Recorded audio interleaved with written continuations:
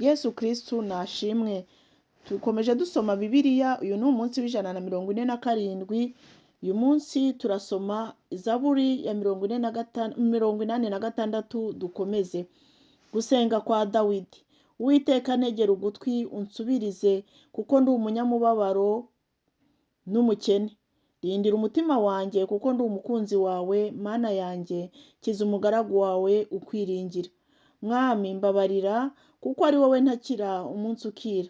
Wishimishiriza umutima w'umugaragu wawe, kuko ari wowe Mwami ncurira umutima. Kuko wowe Mwami uri mwiza, witeguye kubabarira, kandi wuzuye imbabazi ku bakwambaza bose. Uwiteka tegera ugutwi gusenga kwanjye, tyariza ugutwi ijwi ryo kwinginga kwanjye.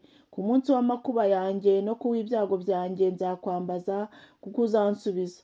Mwami, mu bigirwamana nta gihwanye nawe, kandi nta mirimo ihwanye n'iyawe. Mwami, amahanga yose waremye azaza akwikubita imbere akuramye, kandi bazahimbaza izina ryawe, kuko ukomeye kandi ukora ibitangaza, niwe Mana wenyine.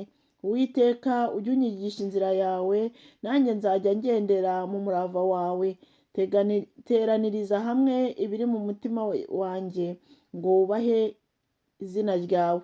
Mwami Mana yanjye, ndagushimisha umutima wanjye wose, nzahimbaza izina ryawe iteka ryose, kuko imbabazi ungirira ari nyinshi, kandi wakijije ubugingo bwanjye, ntibwajya ikuzimu ko hasi.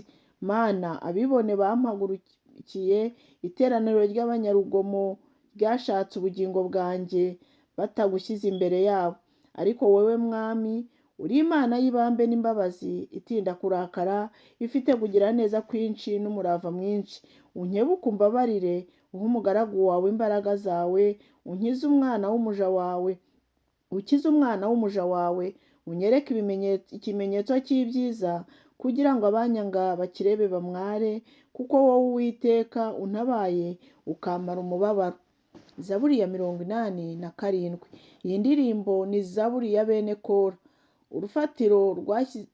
Urufatiro yashyizeho ruri ku misozi yera. Uwiteka akunda amarembo y'i Siyoni, akayarutisha ubuturo bwose bw'abayakobo. Wa rurembo rw'Imana we, uvugwaho iby'icyubahiro. Nzavuga Rahabu w'i Babuloni ko biri mu bamenya. Dore Filisitiya n'i Tiro na Etiyopiya, iyo niho bavukiye. Ni koko bazavuga iby'i Siyoni bati, umuntu wese yavukiyeyo, kandi isumba byose ubwayo izabakomeza. Uwiteka niyandika amahanga azabara ati, ishyanga naka na naka yavukiyeyo. Abaririmbyi n'ababyinnyi bazavuga bati, amasoko yanjye yose ari muri wowe. Zaburi ya 88. Iyi ndirimbo ni Zaburi ya bene Kora. Yahimbiwe umutware w'abaririmbyi babwirisha inanga ijwi ry'imbutwa, Mahalati Leyanoti. Ni indirimbo yahimbishijwe ubwenge ya Hemani Umwezerahi. Uwiteka Mana y'agakiza kanjye, ntakira imbere yawe ku manywa na nijoro. Gusenga kwanjye kwinjira imbere yawe, utegere ugutwi gutaka kwanjye, kuko umutima wanjye wuzuye imibabaro, kandi ubugingo bwanjye bwegereye ikuzimu. Bambarana n'abamanuka bajya muri rwa rwobo, meze nk'udafite gitabara. Nasizwe mu bapfuye, meze nk'abishwe baryama mu gituro, abo utakibuka ukundi, kandi batandukanye n'ukuboko kwawe. Wanshyize mu rwobo rwo hasi, ahantu h'umwijima w'ikuzimu. Umujinya wawe uranshikamiye, kandi wambabarishije umuraba wawe wose. Wantandukanije n'abamenyi banjye, ubanshyira kure. Wangize uwo banga urunuka, ndakingiranywe simbasha gusohoka. Mu maso hanjye hananurwa n'umubabaro. Uwiteka, njya ngutakira uko bukeye, nkakuramburira amaboko. Mbese uzereka abapfuye ibitangaza? Ibicucu bizazuka bigushime? Imbabazi zawe zizavugirwa ikuzimu, cyangwa se umurava wawe uzavugirwa mu irimbukiro? Ibitangaza byawe bizamenyekanira mu mwijima, gukiranuka kwawe kuzamenyekana mu gihugu cyibagiza. Ariko Uwiteka ni wowe ntakira, kandi mu gitondo gusenga kwanjye kuzajya kugusanganira. Uwiteka, ni iki gituma uta ubugingo bwanjye? Ni iki gituma umpisha mu maso hawe? Nahereye mu buto mbabazwa ndwana n'umutima, ngitewe n'ibiteye ubwoba byawe mpagarika umutima. Umujinya wawe w'inkazi urandengeye, ibiteye ubwoba byawe biransembye. Byangose nk'amazi umunsi urira, byanzengurukiye byose icyarimwe. Abakunzi banjye n'inshuti zanjye wabatadukanirije kure yanjye, abamenyi banjye bagiye mu mwijima. Zaburi ya 89. Indirimbo yahimbishijwe ubwenge ya Etani umunyezerahi. Nzaririmba iteka imbabazi z'Uwiteka, ab'ibihe byose nzabamenyesha umurava wawe n'akanwa kanjye. Kuko navuze nti, imbabazi zizakomezwa iteka, no mu ijuru ubwaho uzahashimangira umurava wawe. Nasezeranye isezerano n'uwo natoranije, narahiye Dawidi umugaragu wanjye, nzashimangira urubyaro rwawe iteka, intebe yawe y'ubwami nzayikomeza ukageza ibihe byose. Uwiteka, ijuru rizashima ibitangaza byawe, umurava wawe uzashimirwa mu iteraniro ry'abera. Ninde wo mu ijuru wagereranywa n'Uwiteka? Ninde wo mu bana b'Imana uhwanye n'Uwiteka? Niwe Mana iteye ubwoba bwinshi mu rukiko rw'abera, niyo gutinywa kurusha abayikikije bose. Uwiteka Mana Nyiringabo, ninde munyambaraga uhwanye nawe Uwiteka? Umurava wawe urakugose impande zose, ni wowe utegeka kwihinduriza kw'inyanja. Iyo umuraba wayo uhagurutse urawuturisha. Ni wowe wamenaguye Rahabu imeze nk'uwishwe, watatanishije ababisha bawe ukuboko kw'imbaraga zawe. Ijuru ni iryawe, isi nayo ni iyawe, isi n'ibiyuzuye ni wowe wabishimangiye. Ikasikazi n'ikusi ni wowe waharemye, Itaboru n'i Herumoni bishimira izina ryawe. Ufite ukuboko kw'imbaraga, ukuboko kwawe kurakomeye, ukuboko kwawe kw'iburyo gushyizwe hejuru. Gukiranuka no guca imanza zitabera n'imfatiro z'intebe yawe. Imbabazi n'umurava birakubanziriza. Hahirwa ishyanga rizi ijwi ry'impundu, Uwiteka rigendera mu mucyo wo mu maso hawe. Bishimira izina ryawe umunsi ukira, kandi gukiranuka kwawe niko kubashyirisha hejuru. Kuko uri icyubahiro cy'imbaraga zabo, imbabazi zawe nizo zizashyirisha hejuru ihembe ryacu. Kuko ingabo idukingira ari Uwiteka, umwami wacu ari Uwera wa Isiraheli. Cya gihe wabwiriye abakunzi bawe mu byo beretswe uti, mpaye umunyambaraga gufasha kwanjye, nshyize hejuru watoranijwe mu bantu. Bonye Dawidi umugaragu wanjye, musize amavuta yanjye yera. Ikiganza cyanjye kizajya kibana nawe, ukuboko kwanjye kuzamukomeza. Umwanzi we ntazamutungura, kandi umunyabyaha ntazamugirira nabi. Nanjye nzakubita ababisha be bagwa imbere ye, nzakubita abamwanga. Ariko umurava wanjye n'imbabazi zanjye bizabana nawe, kandi izina ryanjye rizashyirisha hejuru ihembe rye.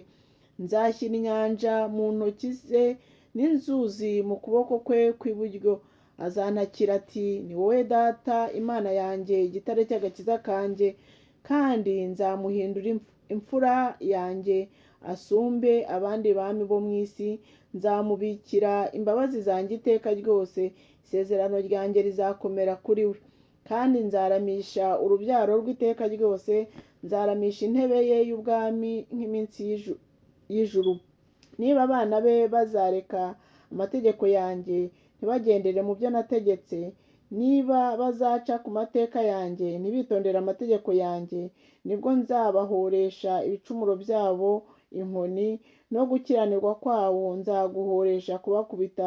Ariko sinzamukuraho rwose imbabazi zanjye, sinzivuguruza umurava wanjye, sinzica isezerano ryanjye, sinzahindura ijambo ryavuye mu kanwa kanjye.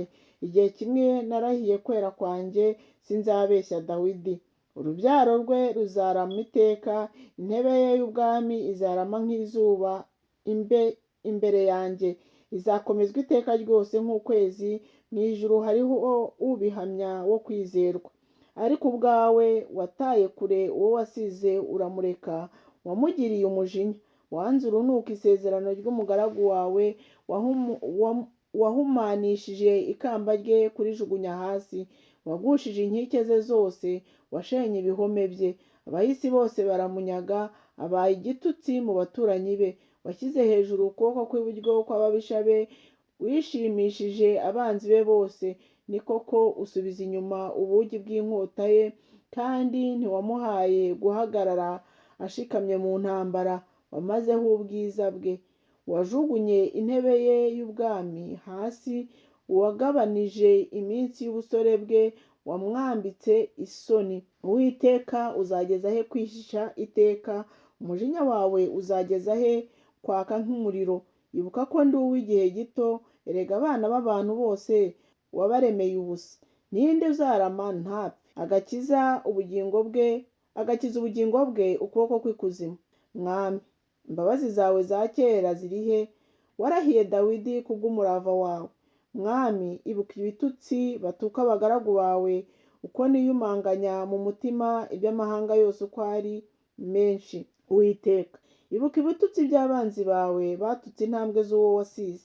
Uwiteka ahimbazwe iteka ryose. Amena kandi amena. Dusome igice cya 4 aricyo gihera kuri Zaburi ya 90 kugera kuri Zaburi y'106, ariko ntabwo turi busome byose. Zaburi ya 90. Gusenga kwa Mose umuntu w'Imana. Mwami, ibihe byose wahoze uri ubuturo bwacu, imisozi itaravuka, utararamukwa isi n'ubutaka. Uhereye iteka ryose ukageza iteka ryose ni wowe Mana. Uhindura abantu umukungugu, kandi ukavuga uti bana b'abantu musubireyo. Kuko imyaka 1000 mu maso yawe imeze nk'umunsi w'ejo wahise, cyangwa nk'igicucu cy'ijoro. Ubajyana nk'isuri bameze nk'ibitotsi, bukeye bameze nk'ibyatsi bimera. Mu gitondo birera bigakura, nimugoroba bigacibwa bikuma. Natwe uburakari bwawe bwatumazeho, umujinya wawe waduhagaritse imitima. Washyize ibyo twakiraniwe imbere yawe, n'ibyaha byacu byahishwe wabishyize mu mucyo wo mu maso hawe. Kuko iminsi yacu yose ishize tukiri mu mujinya wawe, imyaka yacu tuyirangiza nko gusuhuza umutima. Iminsi y'imyaka yacu ni imyaka 70, ariko kandi nitugira intege nyinshi ikagera kuri 80.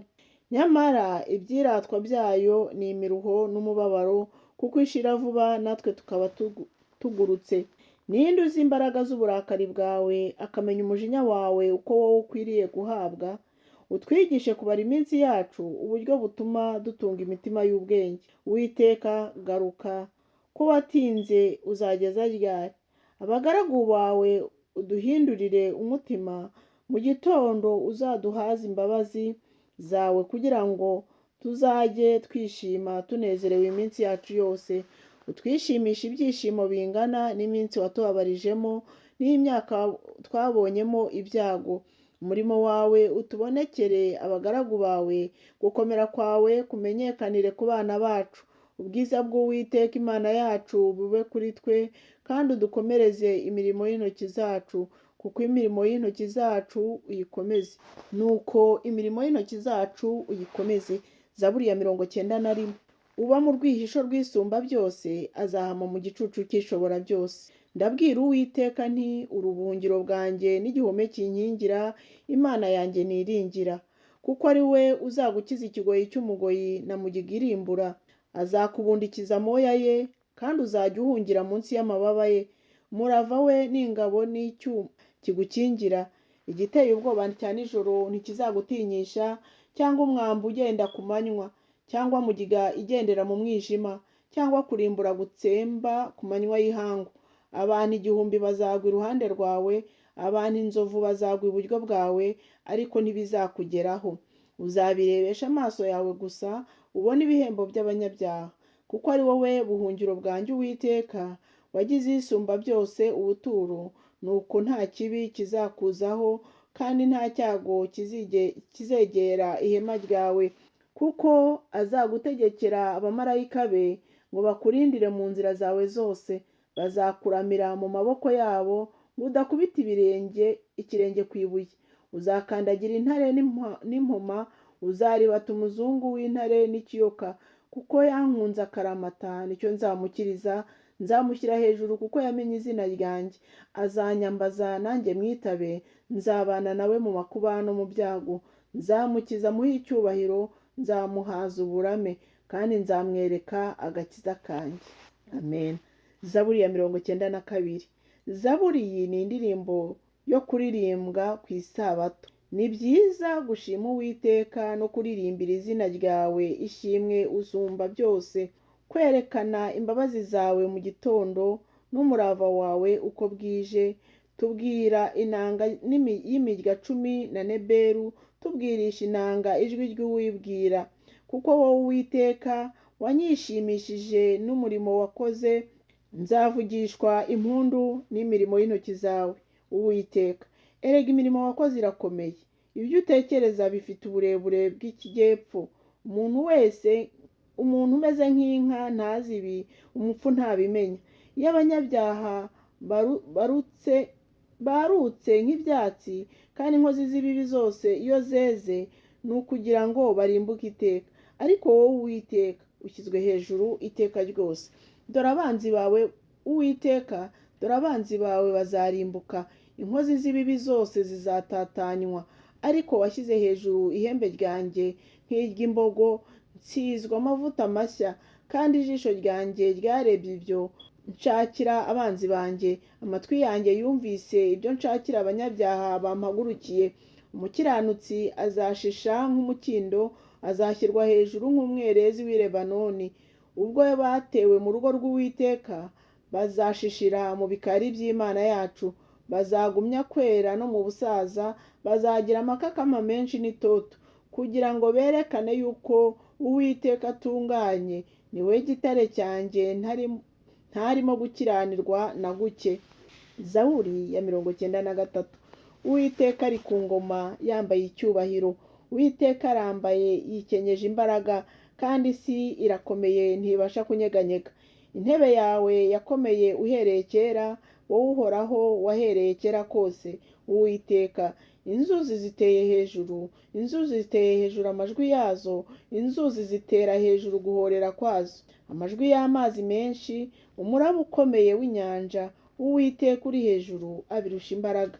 Ibyo wahamije ni ibyo kwiringirwa cyane, Uwiteka, kwera gukwiriye inzu yawe iteka ryose. Zaburi ya 94.